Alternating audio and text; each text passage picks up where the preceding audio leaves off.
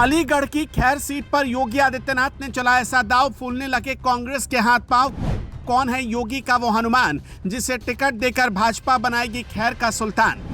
नाम फाइनल, दिल्ली तक पहुंच गई चिट्ठी, यूपी और अमित शाह ने लगा दी मोहर, बस मोदी के मोहर का इंतजार। ना अखिलेश ना कांग्रेस सब हो जाएंगे चित, बीजेपी की नजर में सुरेंद्र दिलेर क्यों है सबसे फिट और सुपरहिट। दादाजी से सीखी राजनीति तो पिता से सीखा अनुशासन, सुरेंद्र को चुनने का मिल गया कारण। 3 नामों में सबसे ऊपर जानिए खैर विधानसभा का पूरा सियासी समीकरण। उत्तर प्रदेश का उपचुनाव सत्ता पक्ष और विपक्ष दोनों के लिए साख का सवाल बन गया है। उसमें भी खैर विधानसभा का सियासी समीकरण तो ऐसा है जहां से कांग्रेस और सपा उखड़ती हुई नजर आ रही है, क्योंकि योगी और अमित शाह ने बीजेपी के हनुमान को खैर सीट पर उतारने का मन बना लिया है। खैर से कुल 3 नाम दिल्ली दरबार में पहुंचे हैं, वो भी एक लिफाफे में। उसमें नंबर 1, नंबर 2, नंबर 3 पर कौन कौन है ये आगे डिटेल में बात करेंगे, बस आखिर तक हमारे साथ जुड़े रहिएगा। दरअसल महाराष्ट्र और झारखंड में विधानसभा चुनाव की तारीखों के साथ ही यूपी की 9 सीटों पर उपचुनाव की तारीखों का ऐलान हो चुका है। ऐसे में भाजपा लोकसभा चुनावों की तरह कोई गलती नहीं करना चाहती।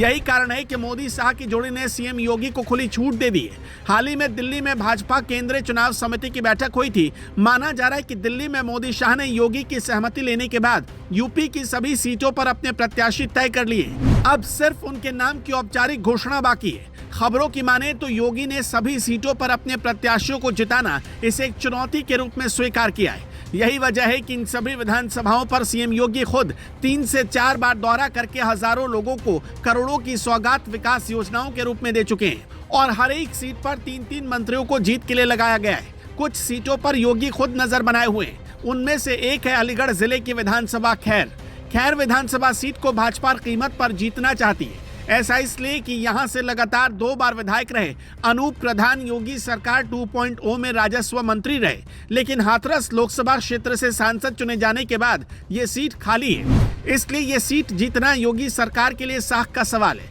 अब जरा एक नजर डालते हैं खैर विधानसभा पर। यह सीट जाट बाहुल्य होने के बावजूद आरक्षित है, फिर भी यहाँ जाट वोट हमेशा निर्णायक भूमिका में रहते हैं। इस सीट पर पहले से आरएलडी का कब्जा हुआ करता था, लेकिन पिछले 2 बार से भाजपा के कब्जे में है। वहीं इस बार आरएलडी से गठबंधन होने के कारण इसका सीधा फायदा भाजपा को मिलेगा। वहीं यह सीट गठबंधन से कांग्रेस के खाते में जाने के बाद अब यहां सीधा मुकाबला भाजपा और कांग्रेस प्रत्याशी के बीच में होगा। योगी ने तलाशा अपना हनुमान। कौन है योगी का हनुमान जिसमें नहीं कोई गुमान, यही है उसकी पहचान।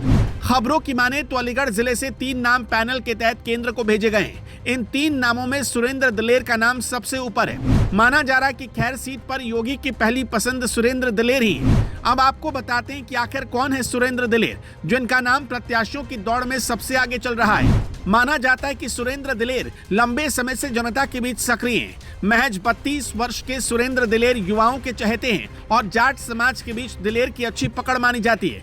शिक्षित सुरेंद्र दिलेर अपने मधुर स्वभाव को लेकर भी जाने जाते हैं। सुरेंद्र दिलेर राजनीतिक पृष्ठभूमि से आते हैं। इनके दादा किशनलाल दिलेर जनसंघ के समय से पार्टी में सक्रिय रहे, अयोध्या में कार सेवा की और फिर इमरजेंसी में जेल गए।